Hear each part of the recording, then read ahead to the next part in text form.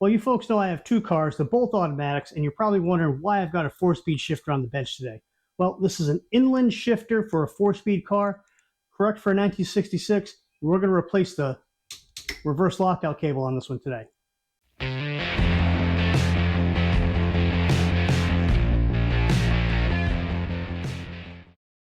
Hey folks, welcome back. Well, yeah, we're working on an inland four-speed shifter. This came factory stock on A bodies and B bodies, and probably a few other models that Chrysler had chosen to put this on. And people wondered, why did they change from the Hurst shifters?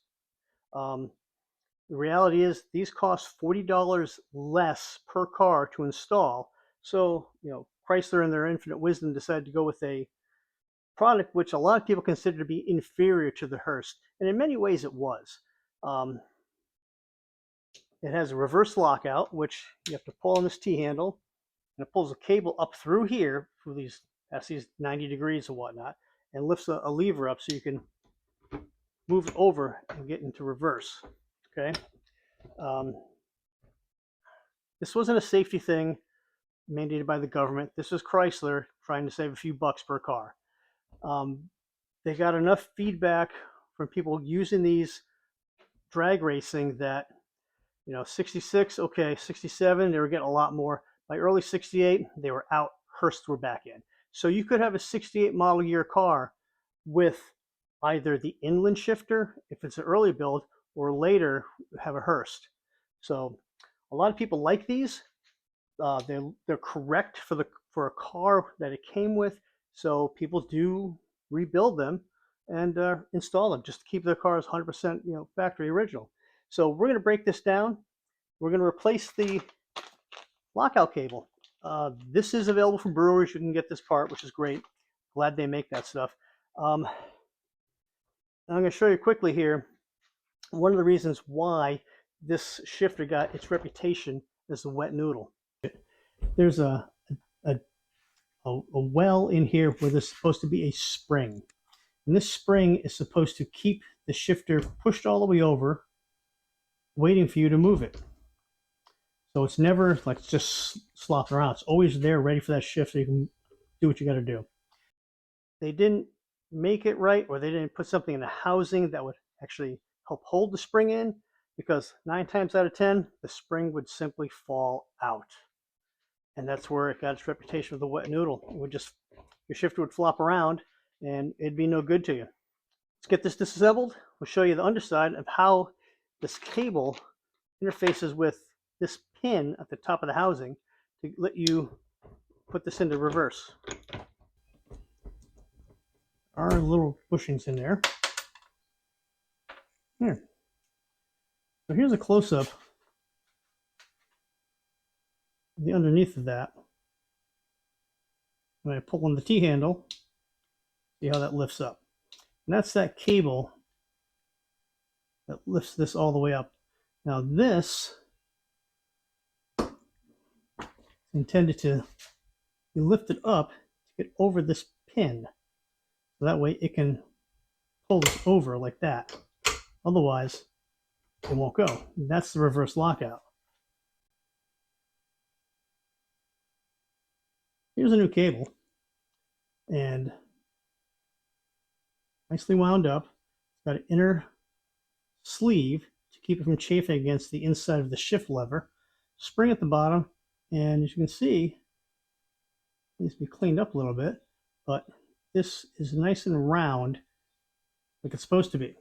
So the reasons why you replace this cable is a couple of reasons. Most commonly, the cable frays, it pulls off and you can't do anything. Let me pull this out of here. This wonderful shift knob, this beautifully glorious shift knob. Yeah, the cable runs from here all the way up through and into spot in the T-handle. And it's held in place with this little Allen head here, this little set screw. So this would rust, it would fray, and it would break and you would have no reverse. The other reason is typically because people are just trying to find the gear. This corner of the lug at the bottom here, well, it'll get all chewed up from pulling over too soon and you know grinding itself off on the pin there. So that's the reasons why you would have to replace this cable. So let's get to replacing it. First thing we're going to do is get our correctly sized Allen wrench, and we want to get this set screw out of here so we can pull this out off of that cable.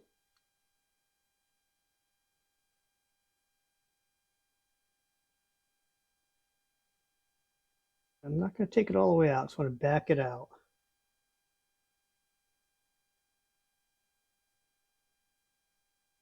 It lifts right off. Now what it looks like inside, see that?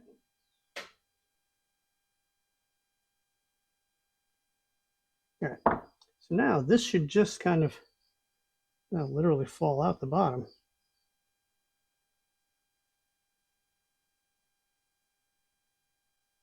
So we're going to feed the new one back up through the bottom. Carefully, we don't want to fray the end if we can at all help it. And that may be a little difficult because we got to put it in here. We got to get it to go around this bend and this bend to get it up here. So before I go do anything like that, I think I'm going to wrap this with a little bit of electric tape. Keep this from coming undone.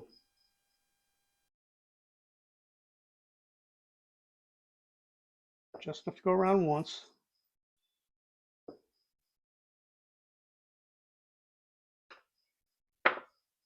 There. And hopefully that should protect the ends of that cable from fraying at all while we try and get this up through here.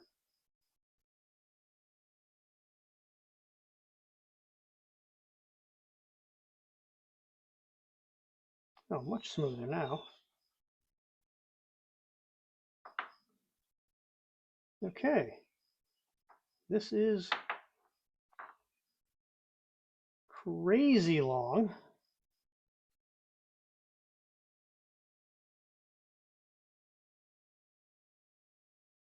Okay. You can see, goes right in, no problem.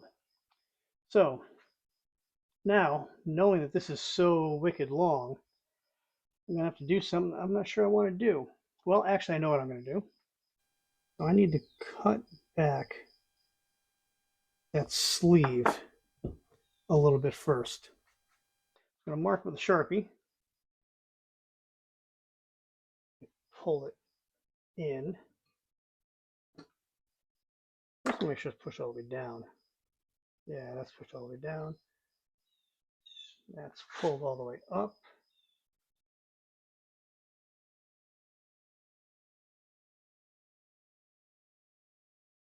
All right. So now back here on my Sharpie mark, take the razor blade and it's going to spin it around, take that off. I'm not going to cut the cable yet, not until I get it all the way through this. Then I can pull it through the slot here. I can trim it. Okay. I'm just going to give this a quick cleanup in here some, so we can put a little white lithium grease in there, lube it up some. So tricky. These are a little splayed out, then we're going to have a hard time. I got one fiber that just doesn't want to play nice in the shop today. This might be a clue. Here's the original cable. And you can see, you see that? It's like a piece of fishing line or dental floss or something on there. So tied off here, looped up through here. and it's probably used to pull it up. Interesting. Probably just enough where you can pull, tie the frayed ends off and get it through that hole. Let me go get some dental floss. Hey, got my dental floss, my mint waxed floss. Got it tied on here, about as good as I can get it, similar to how they had it at the factory. Now let's kind of get this through here. See if we can't pull that up through. And if you think I tied this by myself, no, I use tweezers so I can get the knots done.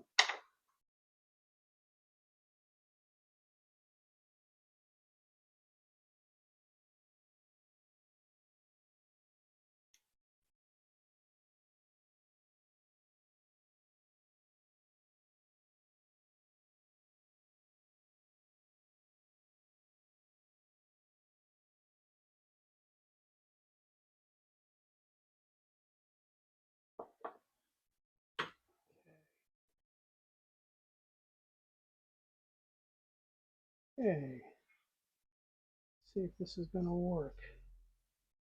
Right to the end. I gotta move my knot right to the end. Okay.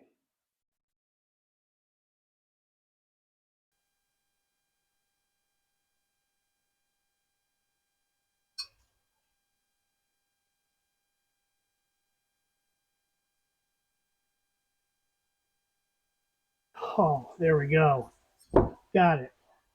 Woo! All right.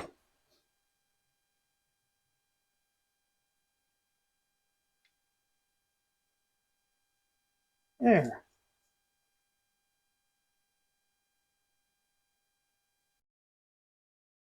Yeah, it's a little sloppy. I don't like it like that. You want to make sure you do this part, you know,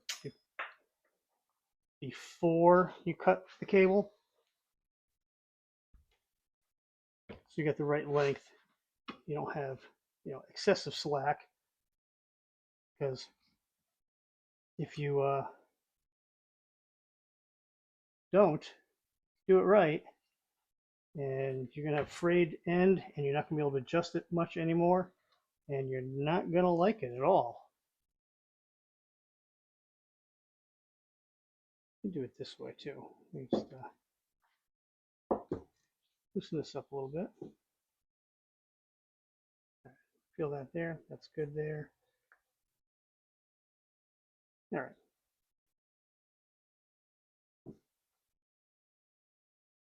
Okay. That's a little better.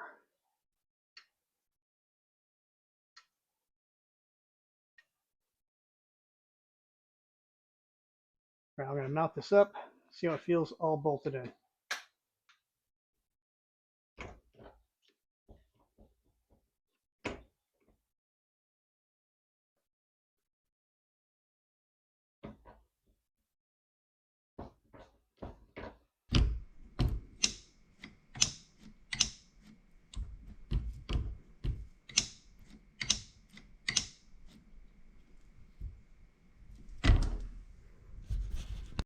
Now, before I cut this off, I'm actually going to use a Dremel cutoff wheel. Put a little tape on there, electrical tape, to keep the ends from fraying, because stainless steel cable can be a real pain in the butt.